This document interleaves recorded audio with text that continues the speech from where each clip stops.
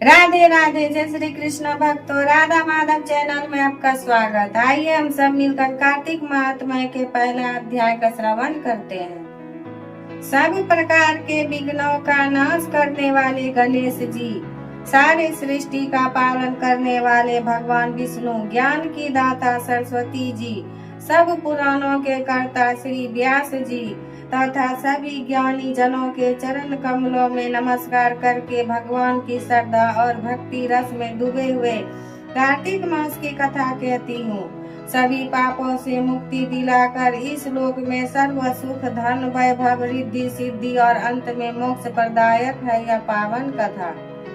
आइए श्रवण करते हैं कार्तिक महात्म्य के पहला अध्याय। एक समय धर्म के गूढ़ रहस्यों, ज्ञान, विज्ञान और शास्त्रों में वर्णित कथाओं पर गहन चर्चा करने हेतु 88,000 ऋषि मुनि नैमिषारण्य तीर्थ में एकत्रित हुए।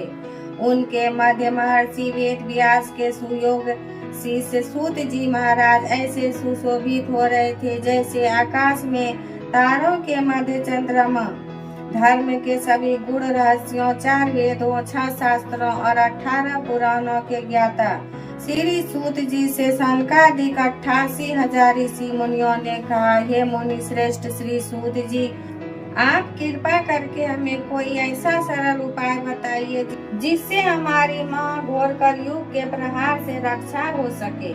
समस्त ऋषि मुनियों के मुख से यह बात सुनकर श्री सूत जी बोले, तुम्हारी श्रद्धा तथा प्रभु भक्ति देखकर मेरा हृदय बहुत प्रसन्न है। इसी से आज मैं तुम्हें कार्तिक महात्म्य की पावन कथा सुनाता हूँ। इसके सुनने से इस कलिकाल में मनुष्य के समस्त पाप नष्ट हो जाते हैं और मनुष्य वैकुंठ में वास पाता है। सो आप सावधान होकर सुनिए। एक समय सभी जीवों का भला चाहने वाले ब्रह्मा जी के पुत्र श्री नारद मुनि ब्रह्मलोक में पहुंचकर जगत रचयिता श्री ब्रह्मा जी को नतमस्तक प्रणाम करके विनीत भाव से पूछने लगे, हे जगत पिता, कृपा करके आप कोई ऐसा धर्मोपदेश सुनाने की कृपा करे जो इस कलिकाल में सब पापों को नष्ट करके मोक्ष देने वाला हो। नारद जी की श्रद्धा युक्त बात सुनकर ब्रह्मा जी बोले, हे पुत्र, तुमने संसार के कल्याण हेतु यह बात पूछी है। तुम्हारी भगवान के चरणों में सच्ची श्रद्धा और भक्ति देखकर आज मैं तुम्हें कार्तिक मास का पावन महात्म्य सुनाता हूँ, जिसके पढ़ने और श्रवण करने से मनुष्य के समस्त पाप नष्ट हो जाते हैं और वह इस संसार में सुख भोग कर अंत में वैकुंठ धाम को प्राप्त करता है। यह कार्तिक मास भगवान को अत्यंत प्रिय है। कार्तिक मास में किया हुआ व्रत, दान, नियम, संयम, पूजा पाठ, कथा श्रवण और भगवान के नाम का जप व कीर्तन अत्यंत फल प्रदान करते हैं। कार्तिक मास में भगवान का गुणानुवाद सब प्रकार से फलदायक होता है। कार्तिक मास में भगवान के प्रति किया गया प्रत्येक धार्मिक कृत्य सबसे बढ़कर फल देता है। इससे बढ़कर कोई तप और यश नहीं है। तुमने संसार की भलाई के लिए यह उत्तम प्रश्न किया है। सो मैं कार्तिक मास के महात्म्य की पुण्यदायिनी कथा सुनाता हूँ। अब तुम श्रद्धा युक्त और सावधान होकर सुनो।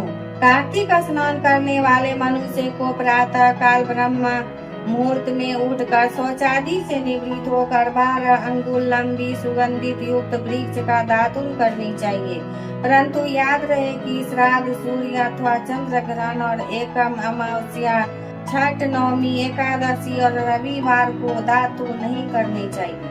जिस दिन दातुन न करनी हो उस दिन पानी में 12 कुल्ले करके मुंह को खूब साफ कर लेना चाहिए। जब 2 घड़ी रात्रि शेष रहे तब काले तिल, चंदन, चावल, पुष्प या कुशा लेकर तालाब, कुंड, नदी, संगम अथवा किसी भी तीर्थ स्थान पर जाए। वहाँ हाथ जोड़कर प्रार्थना करें, हे भगवान, आप एवं श्री लक्ष्मी जी को प्रसन्न करने के लिए मैं समस्त कार्तिक मास में स्नान करूंगा या करूंगी। इस प्रकार प्रतिज्ञा करके श्री गंगा जी, श्री शिव जी, सूर्य देव और विष्णु भगवान का ध्यान करके नाभि पर्यंत जल में प्रवेश करके अच्छी तरह से स्नान करें। फिर जल से बाहर निकलकर देवता, ऋषि और पितरों का तर्पण करें। स्नान करके भेड़ बकरी की धूल से बचना चाहिए तथा छींक, थूक, कुत्ता, कौवा, ऊंट, उल्लू आदि से भी बचना चाहिए। यदि भूलवश इनमें से किसी का स्पर्श हो जाए तो पुनः स्नान करना चाहिए। मिथ्यावादी और नीच प्रकृति वाले मनुष्यों से वार्तालाप नहीं करना चाहिए। इसके बाद षोडोपचार विधि से भगवान का पूजन करें, भगवान को अर्घ्य देवे और प्रार्थना करें, हे भगवान आप श्री राधा जी सहित मेरे इस अर्घ्य को ग्रहण कीजिए। इस प्रकार प्रार्थना करके आवाहन, पाद्म, अर्घ्य, आचमन, स्नान, वस्त्र, चंदन, अक्षत, पुष्प, धूप, दीप, नैवेद्य, तांबूल, पुंगी फल, दक्षिणा, नमस्कार, यह 16 चीजें मूर्ति को अर्पण करते हुए तुलसी की मंजरी से भगवान की षोडोपचार पूजा आराधना करनी चाहिए। इति पहला अध्याय समाप्त हुआ। राधे राधे, जय श्री कृष्ण।